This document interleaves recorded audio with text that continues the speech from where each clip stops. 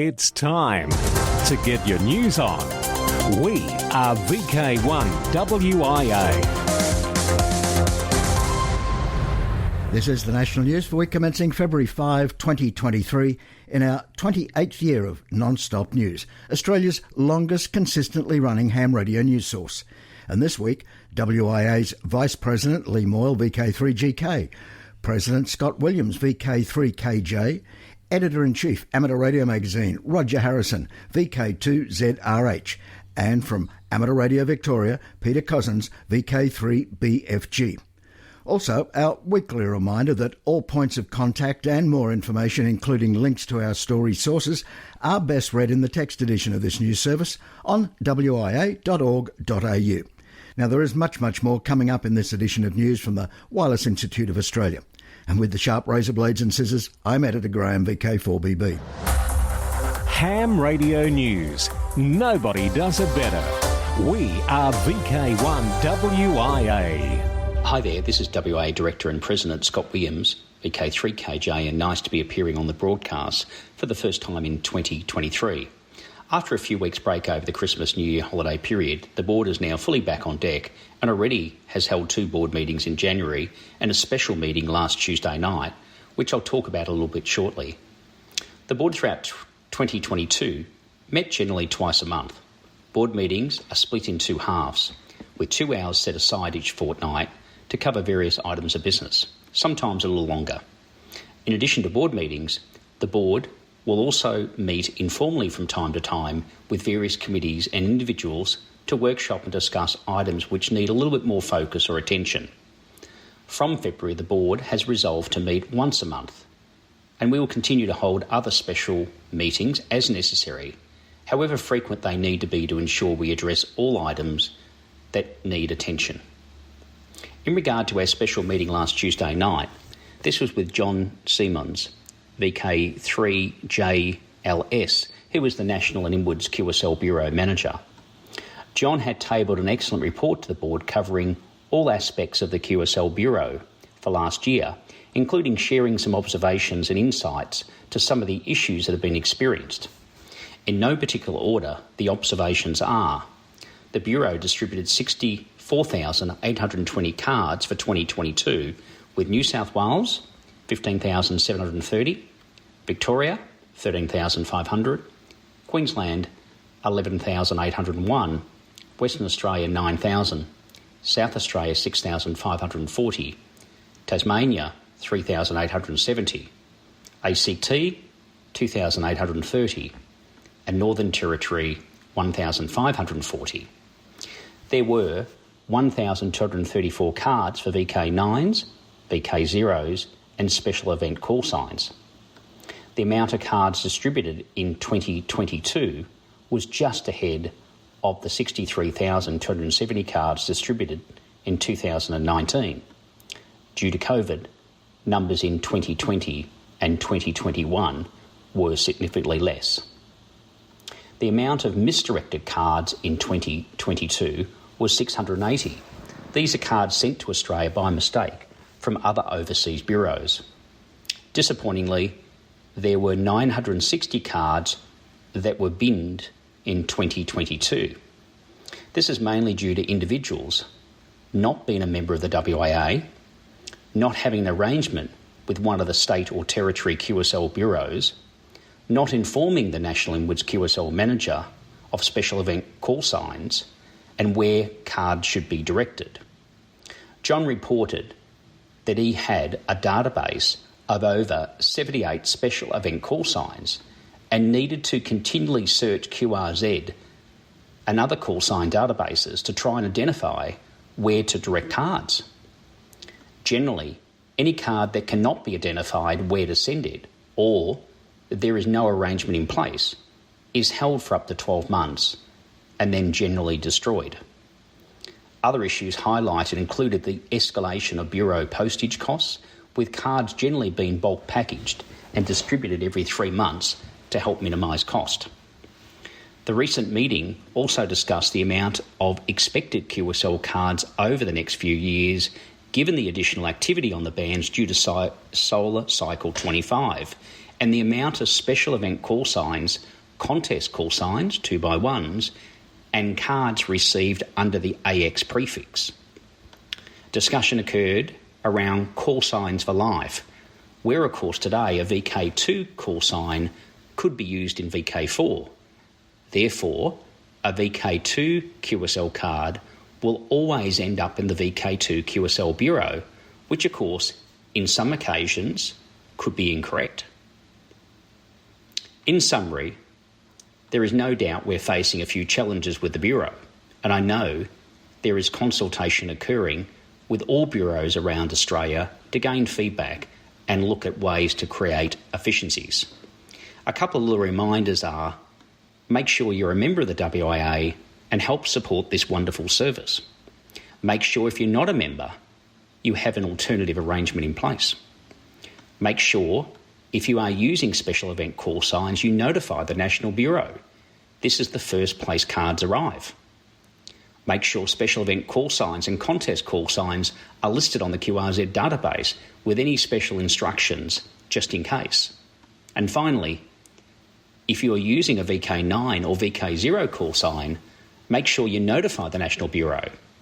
We have had several DX operations of recent time which have not notified the Bureau, and we have hundreds of cards just waiting for distribution. That old saying rings true. Sometimes you have to help yourself before you expect others to help you. Finally, thank you to all the wonderful volunteers that assist the bureaus around the country. I don't think people realise the effort and the amount of work that goes into sorting and distributing cards, both at the National Bureau and each state territory bureau. I would like to make a special mention of long-standing VK4 QSL manager, Mrs. June Sim, who has decided to retire. Thank you, June, for your tireless work over the years and years and making sure cards are sorted and distributed in Queensland. Also, thank you to Laurie Pritchard, VK4BLE, who has been appointed the new VK4 QSL manager. On behalf of the board, thank you for supporting the WIA and best wishes to you all. WIA President Scott Williams, VK3KJ. This is Editor-in-Chief of Amateur Radio Magazine, Roger Harrison, VK2ZRH. Last Tuesday, the files of the latest edition of AR, issue number 1 for 2023, were uploaded to the printer's server in Bairnsdale, Victoria. Look out for the issue landing in your letterbox, your post office box, or your local news agency late next week. The theme for this issue is antennas and propagation. Never mind, I'll get back to that shortly. Here is the big news. This year marks 90 years of continuous publication for Amateur Radio Magazine. 90 years serving Australia's radio amateurs in the guise of the Journal of the Wireless Institute of Australia. Matters were rather volatile in the lead-up to the WIA magazine's venture in 1933. The youthful WIA had survived 20 years, the Great War, the Roaring Twenties and Global Depression, during which many commercial magazines catering to audiences interested in the new wireless and radio technologies came and went. It is indeed a wonder the WIA's magazine venture got any sort of start. Well, how did Amateur Radio Magazine come into being? WIA historian Peter Wolfenden, VK3RV, kicks off part 1 of a 2-part feature. Justin Giles Clark, VK7TW, gets down and dirty, or maybe that should be up and dirty, with building a multiband portable linked dipole. This issue, Lou DiStefano, VK3AQZ, returns with a cunningly conceived and constructed homebrew ATU, rated to handle 400 watts, not to be missed. Poignantly, this issue we have a feature article from a well-known author who is now a silent key. Titled How Radio Australia Reached the World, a concise historical overview of the life and service of Radio Australia from 1944 through 2017. It was written by Rodney Champness, VK3UG, who died in late October last year. We also include a comprehensive obituary on him, compiled by his friend and colleague Vic Ployger, VK2VP. Amateur Radio Magazine, Volume 91, Issue number 1 for 2023, serving Australian radio amateurs since 1933. Available in print and online. Always published to a schedule, never random. This has been AR Magazine Editor-in-Chief Roger Harrison, VK2ZRH for VK1WIA News. No, you haven't tuned the ether stirrer. This is the official VK Ham News from the One. We are VK1WIA. Amateur Radio Victoria is about to run 2 different online tutorials. The first is for foundation level and commences Monday the 13th of February, 7 till 9 p.m. for 3 nights. The recommended text is your entry to amateur radio, available online from the Wireless Institute of Australia or Amateur Radio Victoria websites. The charge for the tutorial is $60 and enrolments via the Amateur Radio Victoria website are now open. An advanced tutorial commences Wednesday the 1st of March, 7 till 9 p.m. for 12 nights. The charge for this is $150 and enrolments are also open via the Amateur Radio Victoria website. Recommended texts are Radio Theory Handbook for Amateurs by Fred Swainston or Radio Theory Handbook Beginner to Advanced by Ron Bertrand. Enrolment numbers are limited due to the fact that an assessment service is offered at the end of each tutorial. The tutorials are conducted via Zoom from the ham shack of Peter Cossins, VK3BFG, and includes various live presentations and short videos. 73, I'm Peter, VK3BFG. From here, there and everywhere, you've tuned to the Wireless Institute of Australia's national news service. We are VK1WIA. Now, international news with VK2LAW Jason. Hello, leading this week's international news from Region 1 in Ireland. Resignation of the President of the IRTS. The IRTS committee have received a letter of resignation from the President of the IRTS, Larry Echo India 9 Charlie November. The committee thanked Larry for his hard work and offered him best wishes for the future. Further information will be provided when it becomes available. In the United Kingdom, as part of the Charles III coronation celebration activities, Ofcom have approved R as the operational coronation regional secondary locator prefix for all UK radio amateurs. They'll be able to use this for the whole of May and June 2023. More information will be reported closer to the date of the coronation. To Hungary, Yota Summer Camp 2023. This is the 11th year, and this year it's in Hungary. The event itself will be held from the 5th to the 12th of August. 100 ambitious youngsters from around IARU Region 1, including guest teams from Regions 2 and 3, have been invited. To news from Region 2, in Canada, an amateur astronomer from southwestern Nova Scotia has reported a dazzling time-lapse of the green comet that's making a rare pass near Earth. The last time the comet was this close to our planet was 50,000 years ago. Many Canadians are looking up to the stars this week. Tim Doucette with the Deep Sky Eye Observatory near Yarmouth, Nova Scotia is among them. He took a 2-hour time-lapse of the comet during the early morning hours of January 28.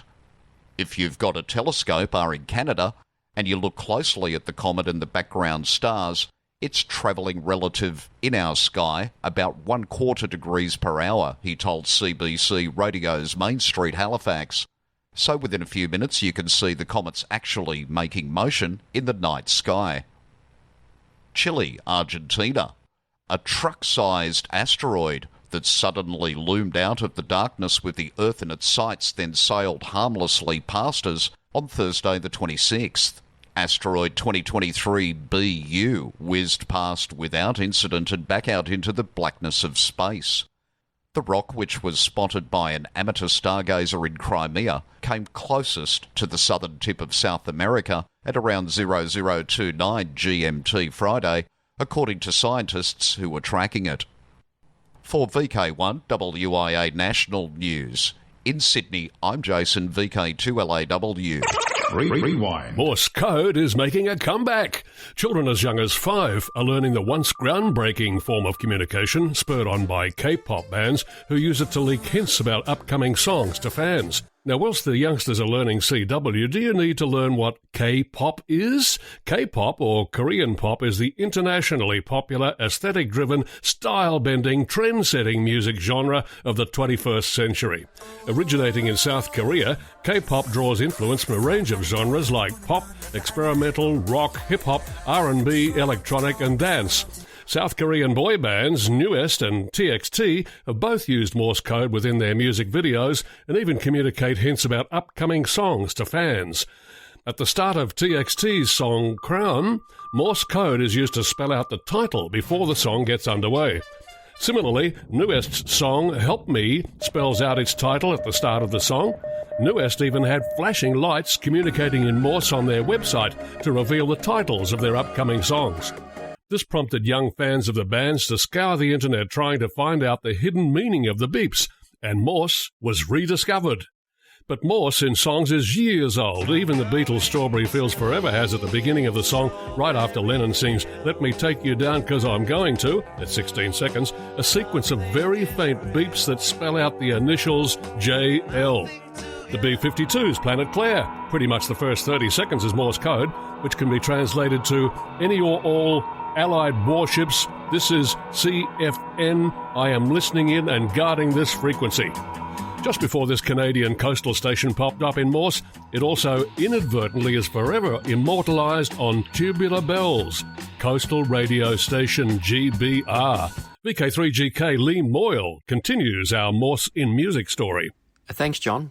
You can hear GBR transmitting on the Tubular Bells recording by Mike Oldfield. This great story features a radio station called Rugby Radio Station, GBR, that was in Warwickshire in the heart of England, and the famous mansion studio, the Manor, that Richard Branson of Virgin made available to Mike Oldfield, for whom he worked at Tubular Bells between 1972 and 1973. Located 60 kilometres from the Manor, where Mike Oldfield spent long months producing his great album, was Rugby Radio, where it was built at the end of the Great War and during the Second World War. It was used as a very low-frequency radio station, VLF, for communication with submarines in the North Atlantic and for telephone service between England and the United States. This station stopped broadcasting in 2003 and closed in 2007. The video link can be found on the WIA website news release page, and it's really worth having a listen to. Thanks, Lee, and we couldn't possibly go QRT with this segment without mentioning the top track on the Billboard Top 100 for the past 6 weeks. That's number one with a bullet, as we old jocks used to say. The song? SOS by Caesar.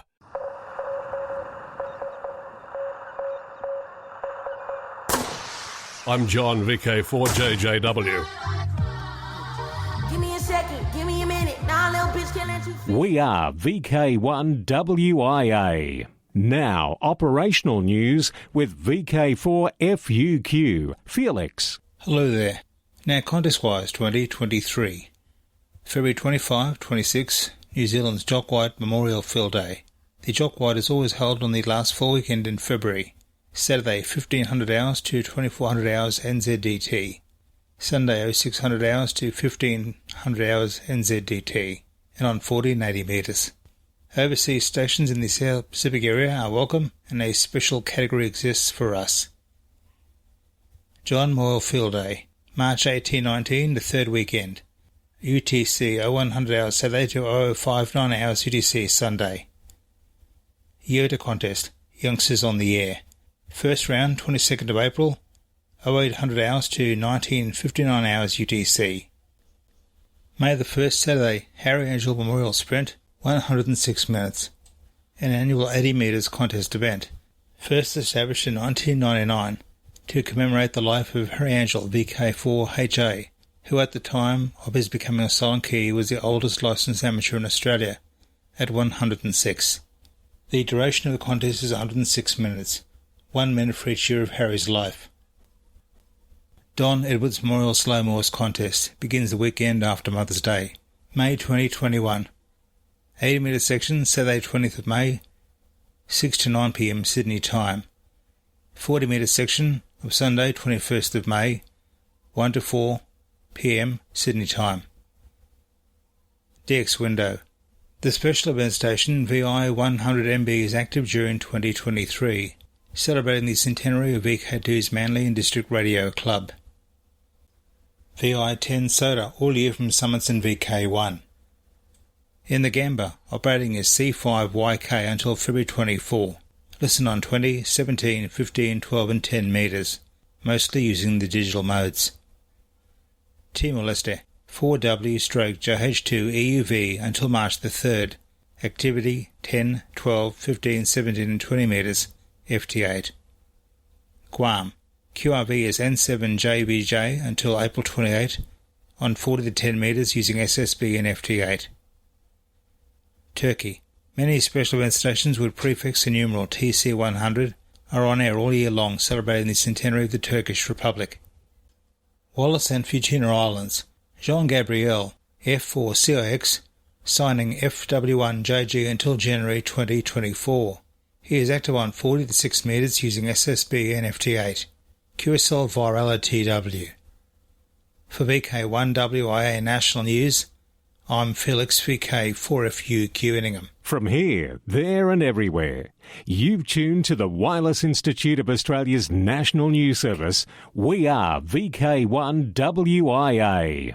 Now, Special Interest Group News with VK3GTV. Cole. Hello everyone. First up, it's Worldwide Special Interest Group's ARDF, Kraken Direction Finding SDR. If you happen to be in the Hobart region, save the date of the 1st of March at 7:30 p.m. for Ollie, VK7NFI, who will be presenting and demonstrating the crowd-supplied/funded Kraken software-defined radio that's built specifically for direction finding. He'll be in the Reist Club grounds. 5 antennas are placed into a circle and used to direction find using a notebook or the smartphone application, which integrates nicely into Google Maps to let you know what the closest driven path to the radio Fox is.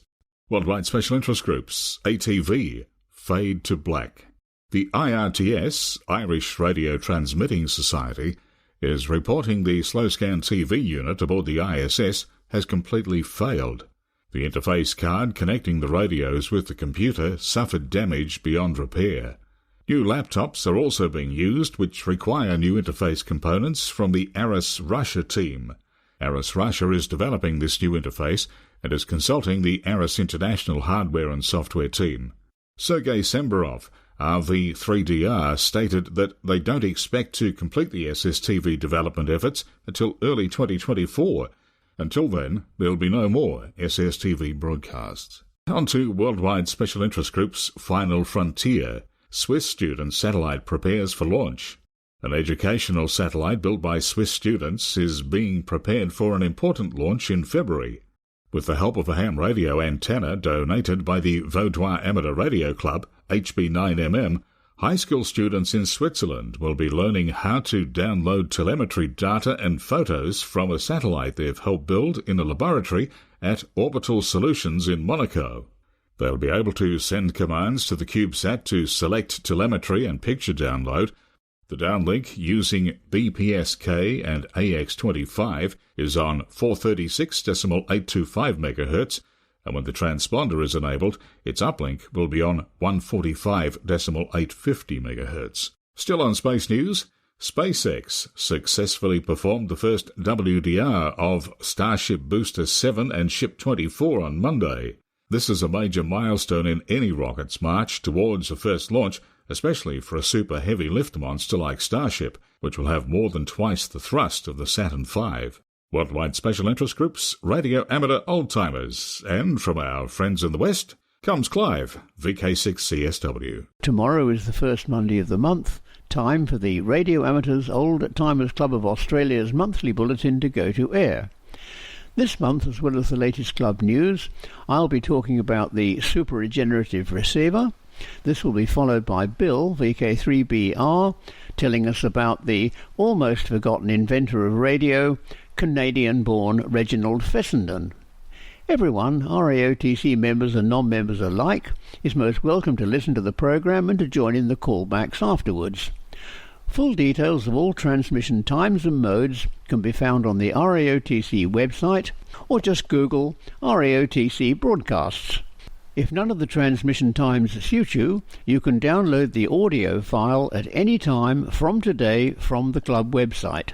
Members and friends of the RAOTC in Perth are reminded that the next lunchtime meeting will be at the new venue, the Woodbridge Hotel, East Guildford, and that will be on Tuesday, February the 14th. All are welcome. Further details are published on the RAOTC website under the subheading Luncheons.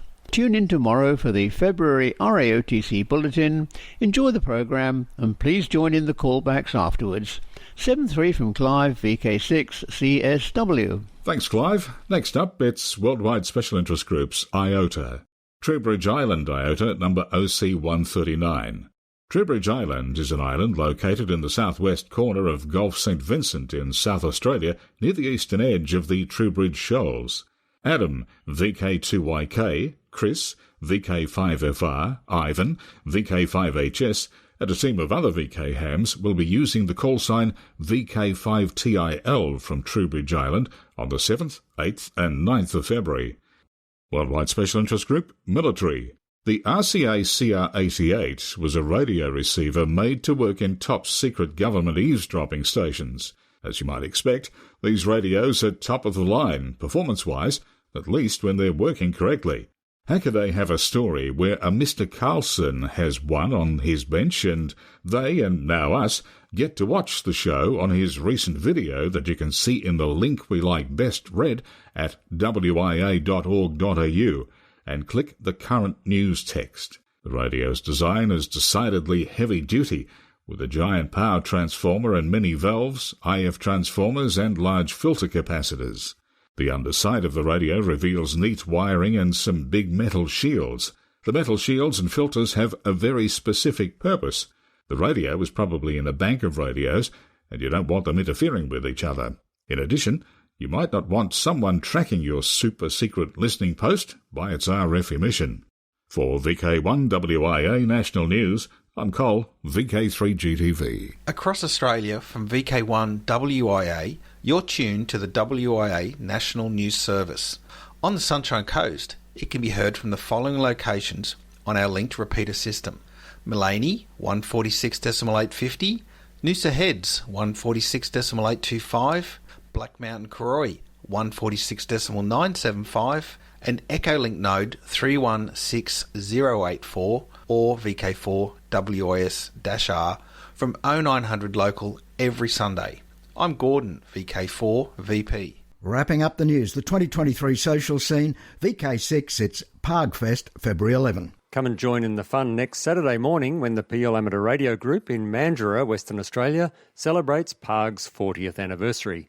This year, the event will be bigger and better than ever before. The huge swap meet, tech talks by invited presenters, club displays and WA's amateur radio vendors will be there.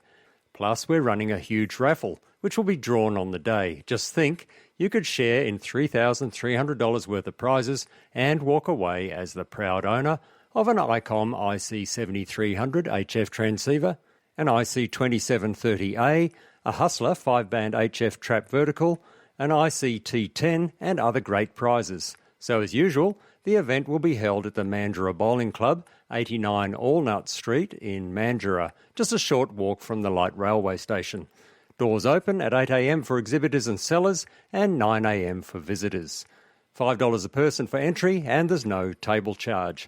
Parg's emergency comms trailer, Parg 1, will be set up, so call CQ Parg on the VK6RMH repeater in Mandurah on 146.850 MHz with a 91.5 Hz subtone on the way in or on your way home and chat to VK6ARG on the Southwest All-Star Net. And what about taking the opportunity to sell some of your treasures by booking a swap meet table or three? For more information, email our secretary, Jenny, VK6JEN, parg.secretary@gmail.com, and check www.parg.org.au for details, links to the raffle, and for COVID updates on the day. Pargfest, WA's best. This is Mark, VK6QI for the PL Amateur Radio Group. And from west to east in VK4, it's the Sunshine Coast Car Boot Sale, February 12. Now till next we meet, I am Graham, VK4BB. walk softly. This has been the Wireless Institute of Australia with the weekly news service. This broadcast is in text, audio and video and is accessed on wia.org.au.